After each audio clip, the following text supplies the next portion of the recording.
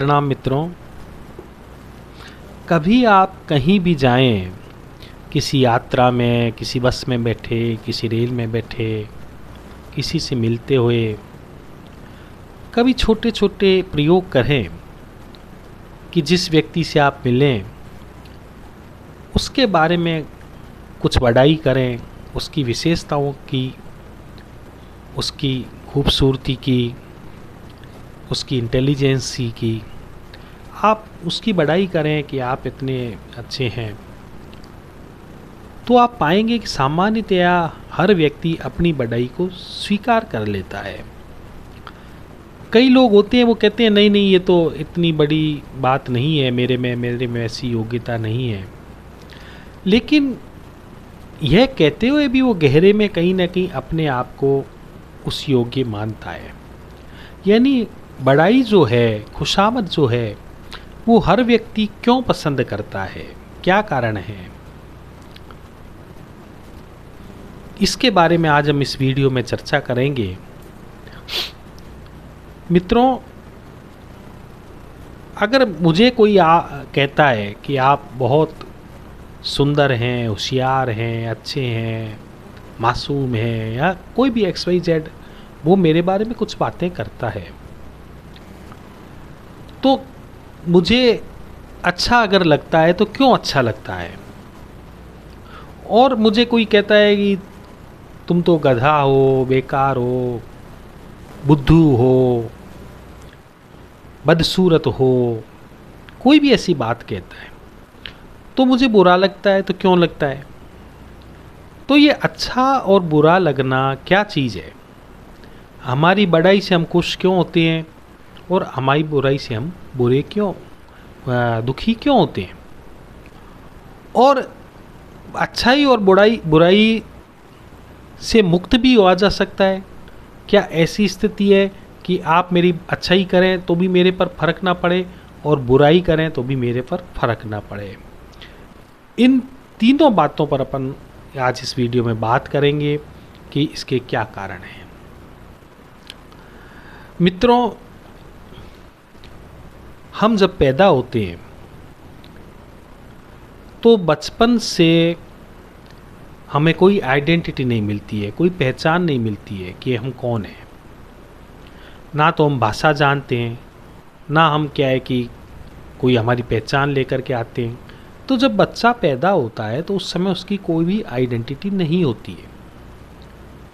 लेकिन जैसे जैसे वो बड़ा होता है, उसको भाषा सिखाई जाती है और उसको एक पहचान दी जाती है। सबसे पहले उसके नाम के द्वारा उसको एक नाम दिया जाता है और बार बार उसे पुकारा जाता है कि तुम्हारा ये नाम, तुम्हारा ये नाम, बार बार पुकारा जाता है। जैसे यदि किसी का नाम कमल रख दिया तो बार बार उसको कमल कमल कमल कह के पुकारा जाएगा। तो उसके भीतर एक विचार भी धीरे धीरे बैठेगा कि वह कमल है। उसके भीतर ये बात डालने की कोशिश की जाएगी कि वह जो आया है वह कमल है। और धीरे धीरे वह इतने बार बार रिपीट करके, रिपीटेशन होकर के वह मानने लगेगा कि वह कमल है। फिर उसको और भी चीज़ें बताई जाएंगी कि वह एक अच्छा लड़का है, वह सुंदर है। तो बार बार कहेंगे कमल सुंदर है, कमल सुंदर है, कमल सुंदर है। तो कमल मानने लगेगा कि वह सुंदर है। सामान्यतया बचपन में हम बच्चे को खिलाते हुए, उसको प्यार देते हुए अच्छी अच्छी चीज़ें ही ज़्यादातर देते हैं, उसके लिए बुरी चीज़ें कम प्रस्तुत करते हैं। तो वो अच्छी चीज़ों को ग्रहण करना शुरू करता है। और दूसरी बात कि जब हम उसे, जो व्यक्ति उसको अच्छी बात कह रहा है कि कमल तू बहुत सुंदर है, बहुत सुंदर है, वह व्यक्ति उससे प्यार करता है। तो इसलिए वह कह रहा है, माँ है, पिता है, भाई है, बहन है, जो उसको प्यार करते हैं वो उसको अच्छी उपाधि देंगे। तो बच्चा अच्छाई बुराई को नहीं पकड़ता है कि तुम अच्छे हो, इतना नहीं जानता है। लेकिन बच्चा इतना संवेदनशील होता है कि वह प्यार को पकड़ने लग जाता है। हमें भाषा कोई भी ना आती हो, ज़रूरत नहीं है भाषा की, हमारे ज़रूरत नहीं है अगर हम भाषा ना जाने, लेकिन भाषा ना जाने तो भी एक चीज़ हम जानते हैं कि कोई व्यक्ति बोल रहा है वो किस भाव से बोल रहा है। भाव जो चीज़ ऐसी है जो बिना भाषा के पकड़ में आती है।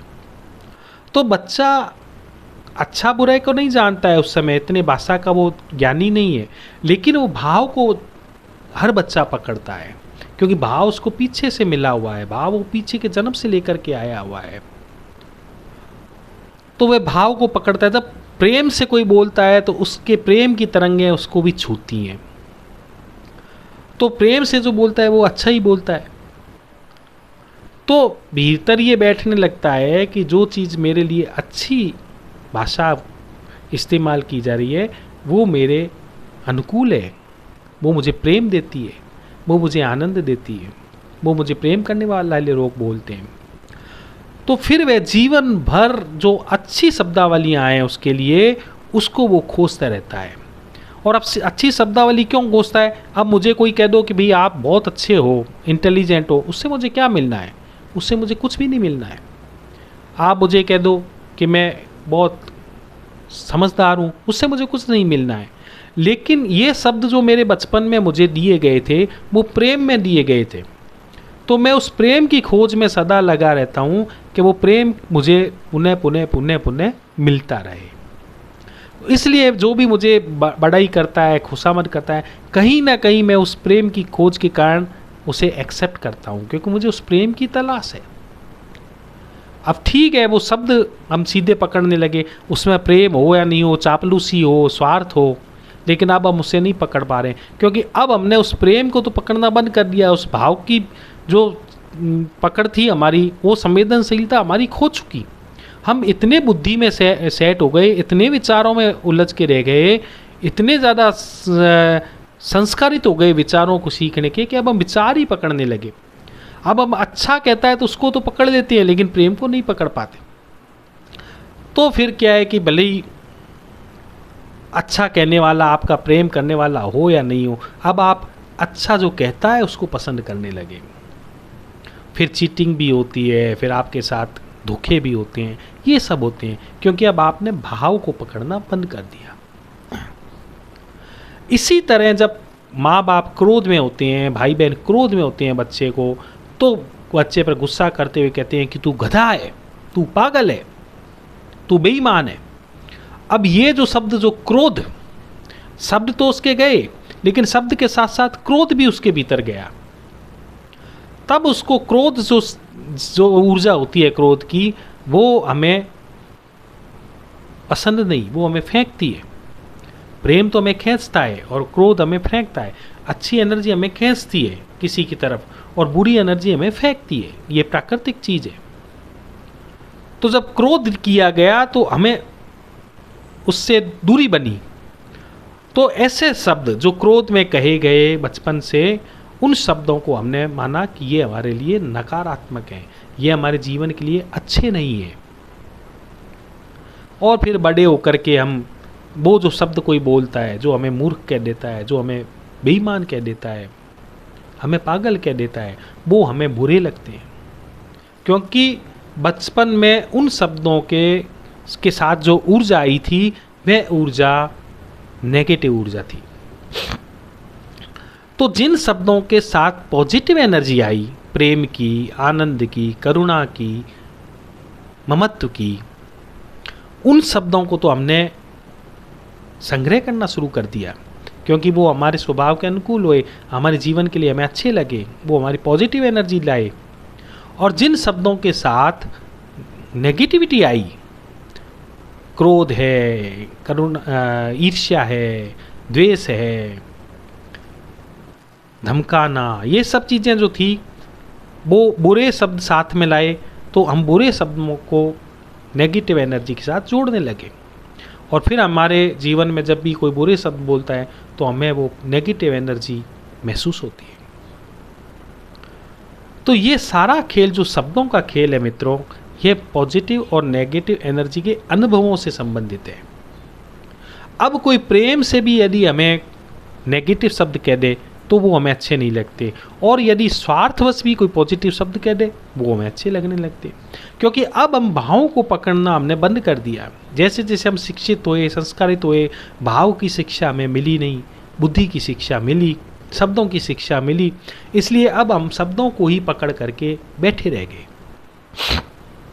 तो जब तक हमारी शब्दों की पकड़ है मित्रों, तब तक अच्छे और बुरे शब्द हमें प्रभावित करते रहेंगे। कोई कह जाता है सुंदर तो हमें अच्छा लगेगा, कोई कहता है असुंदर तो हमें बुरा लगेगा, कोई कहता है बुद्धिमान तो हमें अच्छा लगेगा, कोई कहता है मूर्ख तो हमें बुरा लगेगा।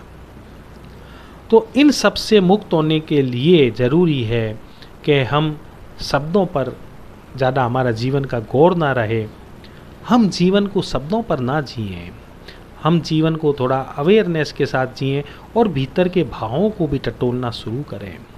भाव क्या है? जब हम कि प्रेम के क्षण में होते हैं तो प्रेम को पूरा गहराई से जिएं। प्रेम क्या है उसे महसूस करें। जब कोई करुणा में कोई मिलता है उसे महसूस करें, उस माहौल को महसूस करें, ना कि शब्दों को। कोई आपको प्रेम से आंसुओं के साथ बात कर रहा है, उस माहौल में डूबें, उस रस में डूबें, शब्दों को भूल जाएं क्या बोला जा रहा है, शब्दों पर ज़्यादा गौर ना करें और उस उपस्थिति और उस माहौल पर गौर करें जो आपके सामने बन रहा है। कोई क्रोध से आया है, आपको गालियाँ दे रहा है, तो शब्दों पर गौर न करें, उस वातावरण पर गौर करें, किस तरह से वो आग बबूला हो गया, किस तरह से उसकी आंखें लाल हो गई हैं और वो मेरे साथ वार्तालाप कर रहा है। तो उस पूरी स्थिति को गौर करेंगे, मेरे भीतर क्या हो रहा है, वो कैसे बोल रहा है, मेरे भीतर क्या हो रहा है। इन सब चीज़ों को जब आप गौर करना शुरू करेंगे, शब्दों से परे होकर के, शब्दों से हट कर के आप उस माहौल को गौर करना शुरू करेंगे, जो पॉजिटिव माहौल और नेगेटिव माहौल आपके जीवन में आपको मिलता है उस पर गौर करना शुरू करेंगे, तो आप शब्दों के पार जाना शुरू होंगे और उस चीज़ को महसूस करेंगे जो बचपन में आपको दी गई थी और आपने उसको शब्दों के माध्यम से ले ली। दी किसी और माध्यम से थी और ले ली आपने शब्दों के माध्यम से। तो यह बात है मित्रों, इसे थोड़ा जीवन को इस ढंग से जिएं और देखें, आपके जीवन में परिवर्तन आएगा। आप जैसे जैसे माहौल को जिएंगे आपके जीवन में परिवर्तन आएगा। बहुत बहुत धन्यवाद, प्रणाम आपको, मेरा प्रणाम, थैंक यू।